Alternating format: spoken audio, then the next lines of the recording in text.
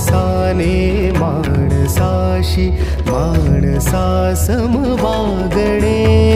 हीच आमुची प्रार्थना, हेच आमुचे मागणे. माणसाने माणसाशी माणसा सम वागणे. हीच आमुची प्रार्थना.